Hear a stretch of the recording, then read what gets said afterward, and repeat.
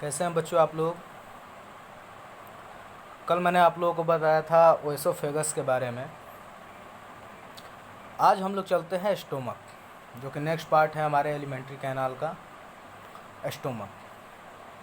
Stomach is a J shaped bag like structure made of muscles. Stomach क्या है बच्चों?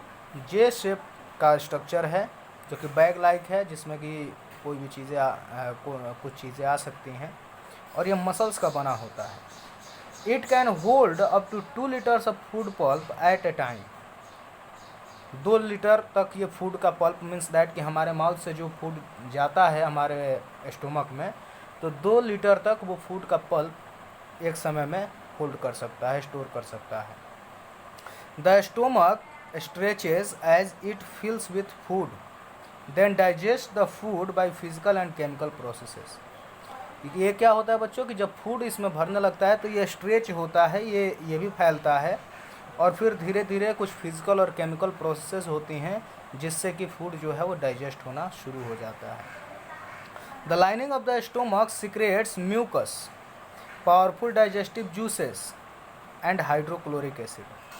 ये जो स्टोमक की जो लाइनिंग होती है बच्चों, मीन्स दैट कि उसकी जो वॉल्स होती हैं वो 3 चीज़ें सिक्रेट करती हैं। एक होता है म्यूकस, एक होता है पावरफुल डाइजेस्टिव जूसेस, और एक होता है hydrochloric acid. These pour on to the mix with the food pulp to dissolve it chemically. ये उस फूड पल्प के साथ मिक्स हो जाता है और केमिकली उसको डिजोल्व करना शुरू कर देता है। एसिड का क्या यूज़ है बच्चों? हाइड्रोक्लोरिक एसिड का।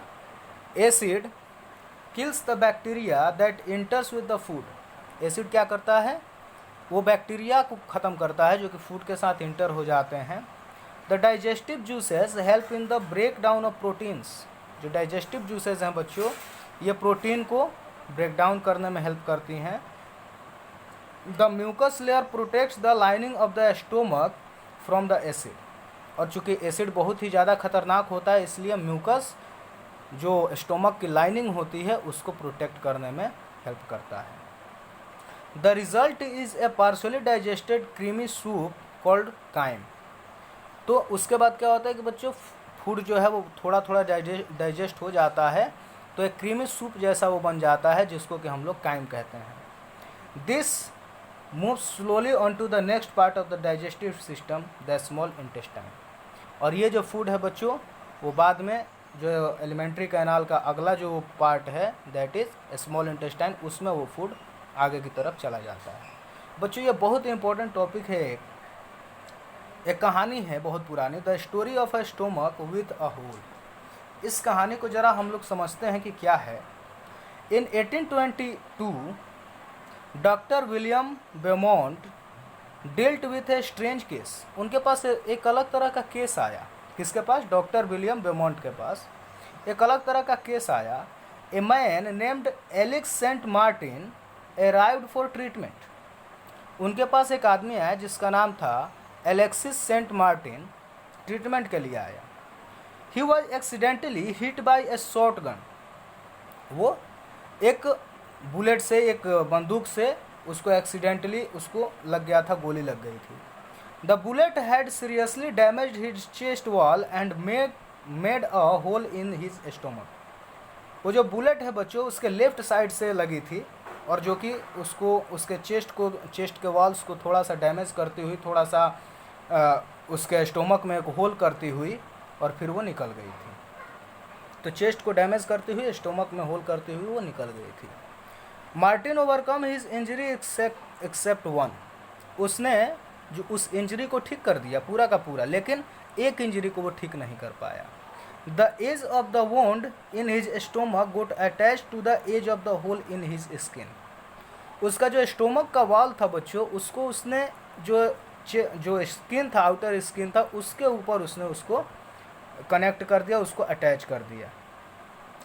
Forming a fistula, a permanent opening into the stomach. और उसमें एक ओपनिंग हो गई, जैसे कि हमारी जो छाती, हमारी जो चेस्ट है बच्चों, बाहर से ही हम लोग देख सकते थे, बाहर से ही वो डॉक्टर देख सकते थे उसके स्टोमक को, ऐसी एक ओपनिंग हो गई थी। Beaumont got an opportunity to peep into a living human stomach through the coin-sized cavity. एक कॉइन के आकार का एक होल हो गया था उसके बॉडी में, उसके चेस्ट के पास में, और जो कि सीधा उसके स्टोमक में दिख रहा था। तो उन्होंने सोचा कि अभी डाइजेस्टिव सिस्टम के बारे में कुछ भी जानकारी नहीं है किसी को, मैं इसके बारे में कुछ रिसर्च करूं। और उसी कॉइन साइज कैविटी से, कॉइन साइज के स्पेस से उन्होंने वो रिसर्च करना शुरू किया। He performed several experiments to understand the role of stomach in digestion. उन्होंने स्टोमक का जो रोल है डाइजेशन में, उसको समझने के लिए बहुत सारे एक्सपेरिमेंट किए। Beaumont made many discoveries and published his findings. उन्होंने बहुत सारी डिस्कवरीज की, खोज की और अपनी फाइंडिंग्स को पब्लिश किया। Saint Martin led a normal life by putting a plug in his fistula to prevent things from getting in और आउट। उन्होंने क्या किया कि एक प्लग लगा लिया, एक जैसे कि ओपनिंग को क्लोज करने के लिए जैसे कि एक प्लग होता है ना, ढक्कन होता है ना, वैसा ही उन्होंने लगा लिया ताकि अंदर की चीज़ें जो भी वो खाए वो बाहर ना चला जाए, ठीक है ना, शरीर के बाहर ना चला जाए। उन्होंने एक ढक्कन जैसा ऐसा लगा लिया और उन्होंने एक नॉर्मल लाइफ अपना बिताया, पूरा का पूरा लाइफ उनका जो एक नॉर्मल इंसान जैसे जीता है वो नॉर्मल लाइफ उन्होंने बिताया। 1822 में वो आए थे और लगभग 20-22 साल के होंगे और 1880 में उनकी मृत्यु हो गई, ठीक ना। तो लगभग बहुत समय तक वो जिंदा रहे, लगभग 78 साल तक जिंदा रहे।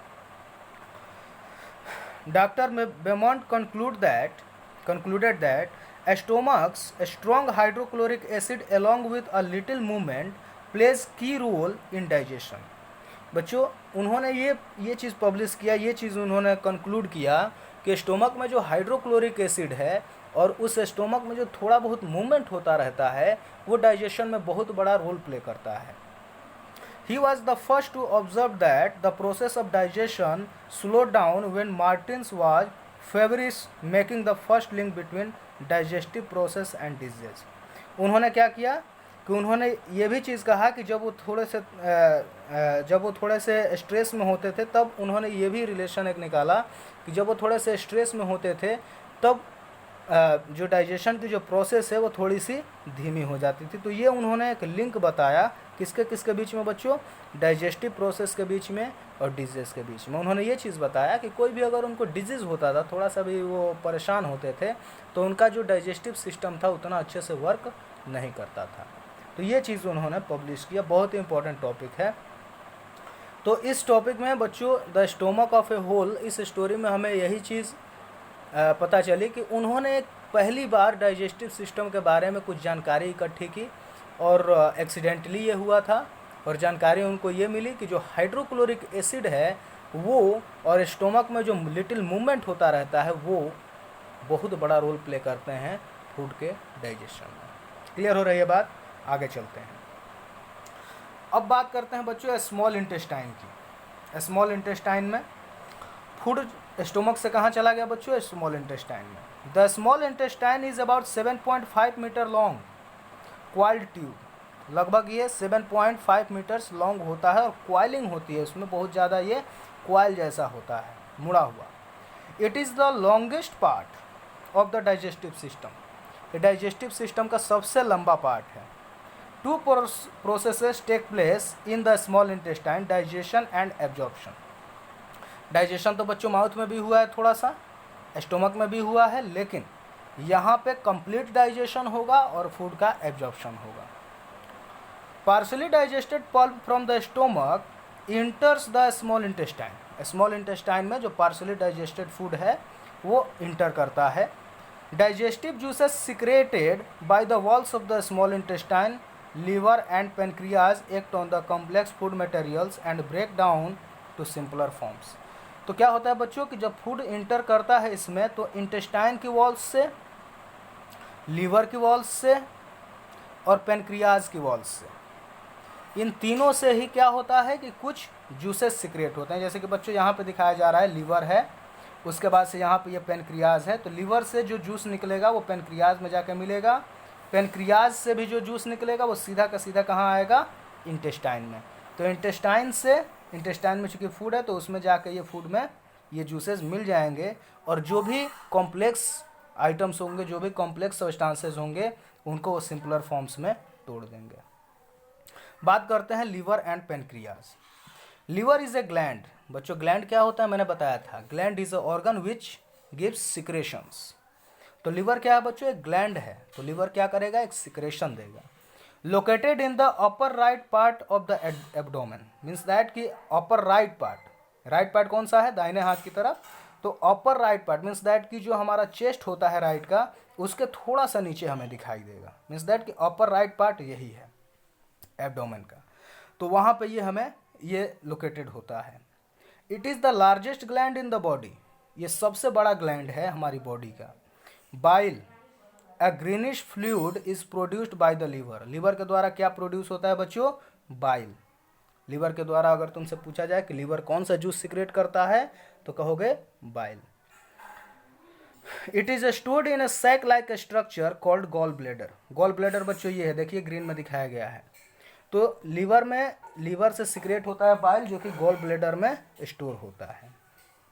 The bile juice इंटर्स the small intestine through tubes called ducts. ये जो बच्चों स्मॉल इंटेस्टाइन बाइल जो है स्मॉल इंटेस्टाइन में कैसे जाएगा बच्चों, डक्ट की हेल्प से, ट्यूब की हेल्प से, ठीक ना, तो उसी ट्यूब को हम लोग डक्ट कहते हैं। It helps in the breaking down of fats into smaller simpler molecules such as fatty acid and glycerols. तो ये बच्चों बाइल क्या करता है कि जो भी फैट होते हैं, ठीक ना, जो भी फैट होते हैं उनका स्मॉलर और सिंपलर मॉलिक्यूल्स, जैसे कि फैटी एसिड में तोड़ देगा, ग्लिसरॉल में तोड़ देगा, तो ये काम करता है bile. Another gland called pancreas, ये दूसरा ग्लैंड है जिसको कि पेनक्रियाज कहते हैं बच्चों। Is located just below the stomach, stomach बच्चों यहीं पे होता है, पेनक्रियाज के जस्ट एबव होता है, ठीक ना, तो स्टोमक के जस्ट बिलो होता है pancreas. Pancreas secretes pancreatic juice through ducts into the small intestine. तो बच्चों पेनक्रियाज से क्या निकलेगा, पेनक्रियाटिक जूस निकलता है और कहाँ जाएगा, सीधा स्मॉल इंटेस्टाइन में। The pancreatic juice acts on proteins and the remaining carbohydrates and fats and converts them into simpler substances.